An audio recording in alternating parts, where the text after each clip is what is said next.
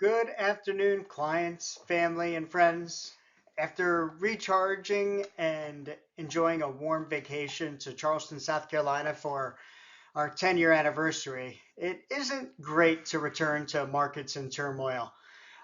In March, we spoke about the 10% drawdown that appeared to be a healthy correction. With April 2nd's Liberation Day announcement behind us, the markets are now in free fall and experiencing the first bear market or 20% drawdown since 2022. Let's talk about the current state of the market and what may be happening in the days and weeks to come. Most importantly, we cannot predict the future. And under Trump, we can't predict the next 10 minutes. So let's try to add some perspective to what is happening. In my meetings with clients, I sometimes like to discuss cycle analysis at a very high level. Let's tell a little bit of story about one prognosticator. His name was W.D. Gann. In 1909, Gann published a timetable, which you'll see in front of you here, which is based on his analysis of 18.6-year lunar cycles. His work drew inferences from his knowledge and expertise of geometry, ancient mathematics, astronomy, and astrology. There are several other cycles that related to the economy and stock market, but this one has been rather accurate over the past century. Gann created a table mapping these lunar cycles to forecast major stock market and economic events, which originally extended until 2008. Several of his followers have since extended his analysis. Without going into too much detail, his extended forecast has called for a major market top in 2024, followed by a major crash and business stagnation, potentially through 2026 or 2027. Does this mean I believe this is happening as we speak? Absolutely not. I follow the data. Now let's look at what's happening in the real world today.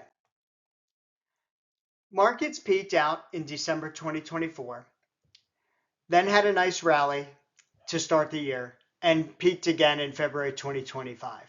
What was a healthy 10% correction in March has rapidly evolved into a 20% drawdown since April 2nd's Liberation Day announcement. Markets are confused and uncertain about the amount and length of the potential tariffs and are pricing in a mild recession at this point.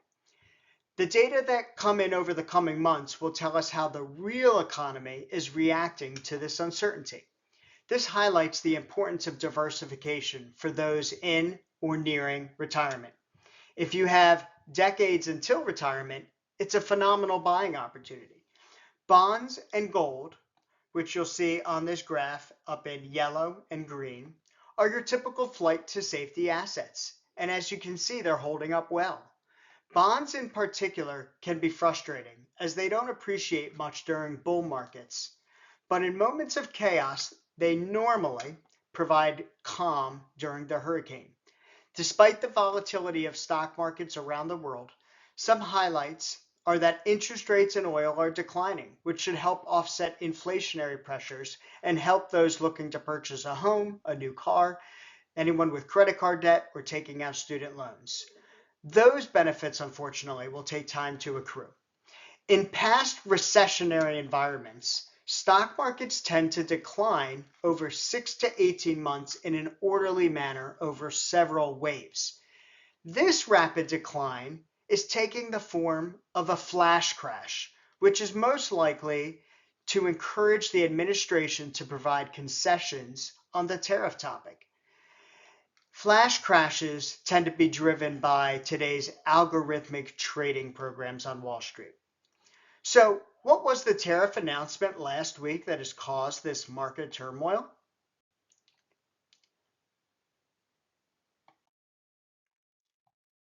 So, what was the result of the tariff announcement?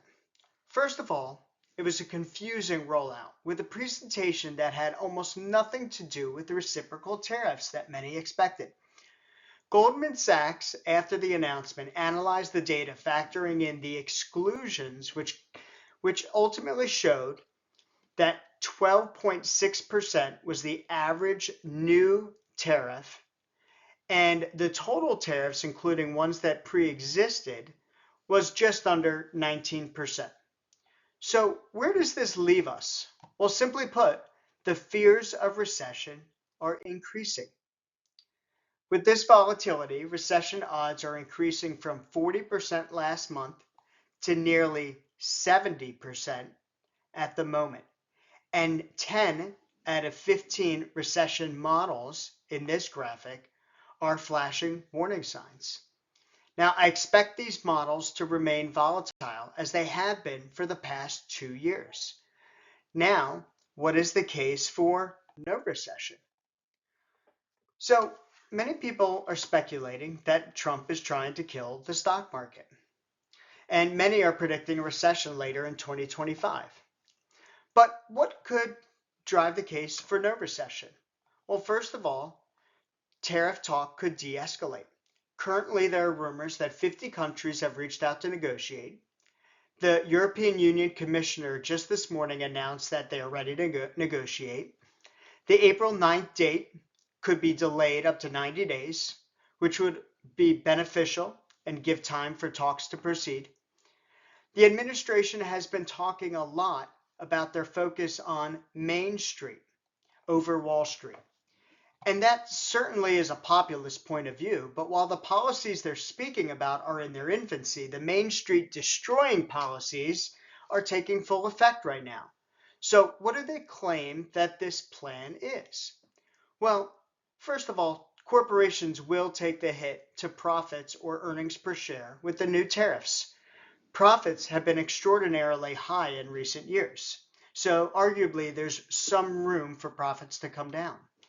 Now, while tariffs will increase prices and thus inflation, Main Street will potentially benefit with reduced taxes.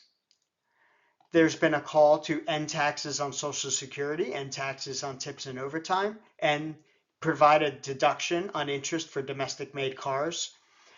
You'll also see lower interest rates, which have steadily come down, and corporations benefit from lower oil prices. The big uncertainty is how the reconciliation tax bill, which is in its infancy and taking shape, will actually shape out in the end and how long that will take. Finally, credit risks, where banks stop lending, are the primary driver of severe recessions. At the moment, there's no sign of extraordinary stress in the credit markets. So why might we not have a recession? Well, despite consumers taking a hit and facing some inflation from the tariffs, oil prices coming down from $70 to $50 a barrel will help offset some of that inflation. Lower interest rates will help with the cost of mortgage rates, car loan interest rates, student loans, and credit cards. And finally, a potential tax cut. However, that is still uncertain at the moment. Now, there's some potential good news. In the limited 6 previous scenarios with a 10% drop of the S&P 500 over 2-day periods since 1950, including the flash crash on Black Monday in 1987, 2008, and the COVID pandemic in 2020, stocks were generally higher 1 month to 12 months down the road by significant amounts. An average of 8% 1 month later, 6.6% 3 months later, 16% 6 months later, and 32.5% just a year later, and nearly 100% of the time. Will this time be the same? We don't know. But on the flip side, today, if the market closes down 4% or more, that would be 3 days in a row. The only time the market closed down 4% or more 3 days in a row was during the Great Depression. Most likely, we will see a whipsaw of activity over the coming days, weeks, and months ahead as we see various discussions of trade deals with other nations, the potential for a rate cut by the Fed, and other news. However, the era of volatility is most likely here to stay in 2025 and 2026. So we're being vigilant and prepared to take action in either scenario. Remember, 7 of the 10 best days occurred within 2 weeks of the 10 worst days of market returns. 6 of the 7 best days occurred immediately after the worst days. If we expect the market to rebound and have a positive year, it's important to remain invested. If, however, it appears we're headed for a recession and a larger market downturn in the 30, 40, 50% range, we will make the appropriate moves to become more conservative. It feels like a flash crash, but we're keeping a close eye on things at this very moment. Finally, valuations are coming down from sky-high levels, and this is healthy. During recent meetings, I've been showing charts showing how overvalued the stock market has been. By these various indicators, the Buffett indicator, price to sales, price to earnings, the market has been in the 99th and 100th percentile, which is about as expensive as stocks come. The risk is when markets are expensive is that any shock to the economy can create a severe drop in stock prices. And that's what's happening now. Does this feel like the pandemic, the early stages when the global economy was shut down? Does it feel like 2008 when Wall Street banks were collapsing? It doesn't to me.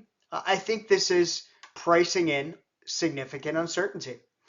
As you can see on the chart, valuations of stocks exploded after the pandemic and then came back down to earth during 2022 to the red dotted line, which is still overvalued territory. And then again, stock prices exploded in the last couple of years due to monetary stimulus, well above the overvalued, fair valued, and undervalued charts here. So with the recent decline, valuations are making their way back down to healthier levels.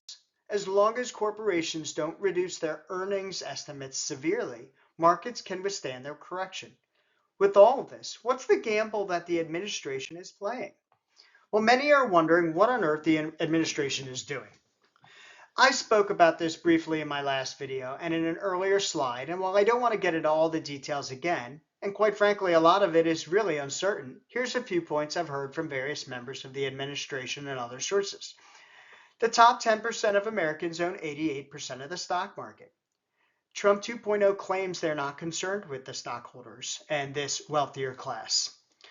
The bottom 50%, which is the lower and middle class in America, owns mostly debt and very little stocks.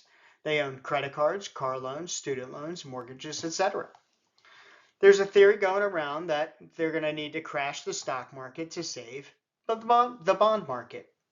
Well, what does this mean in reality? It means fears over the economy causes investors, think institutions and hedge funds, to sell stocks.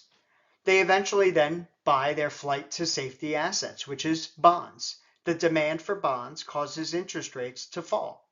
And this fall of long-term 10-year interest rates benefits the categories above, this 50% category. It lowers the interest on credit cards, car loans, student loans, mortgages, etc. And that could potentially stimulate the economy. And that also allows us to refinance the $9 to $11 trillion of federal debt at lower interest rates over the next 2 years. And this will lower the interest we pay on our debt so that we don't have to cut entitlement programs. Now, we'll see if this actually is the plan or if it's talk or innuendo. The biggest risk, of course, to this is that we have a spiraling loss of confidence. When consumers lose their confidence in the economy, they don't feel like they can spend their investment savings, then that leads to a decline in spending. And it can spiral into a global recession with layoffs. And that doesn't benefit anyone. As I've said, it's a huge gamble.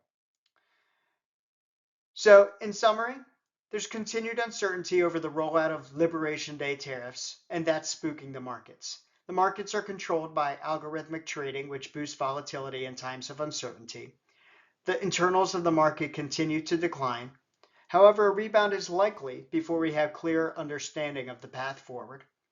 While interest rates have rapidly declined, which helps those looking to purchase a home, a new car, or refinance debt, and oil prices have plummeted, which should help with inflation, these benefits are severely offset by turmoil in global trading markets in the near term.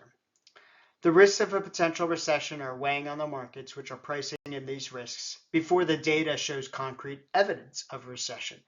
Let's hope that Gann's forecast from the story in the beginning was not correct. Remember, we together have a plan. If you're in or nearing retirement, you have a long-term financial plan with us. You should have plenty of cash and, of course, bonds as a buffer to provide you time to navigate this uncertainty. And then you'll also have a stable income plan. Your portfolios are never invested with all their eggs in one basket. This downturn has still been driven by the Magnificent Seven technology stocks, which have been overvalued, and it's bringing valuations in line. We'll continue to tweak to minimize risks. We'll either rebalance to buy assets while they're cheap, or we'll move to become more conservative if it looks like this is going to be a drawn out recession. We are your pilot, helping you navigate this uncertainty, and we're getting you to your destination safely. Diversification is for moments like this, to protect your downside. This is a great time to assess your tolerance for risk. Call me anytime to discuss your unique situation. I hope this was helpful and look forward to talking to you soon. Bye now.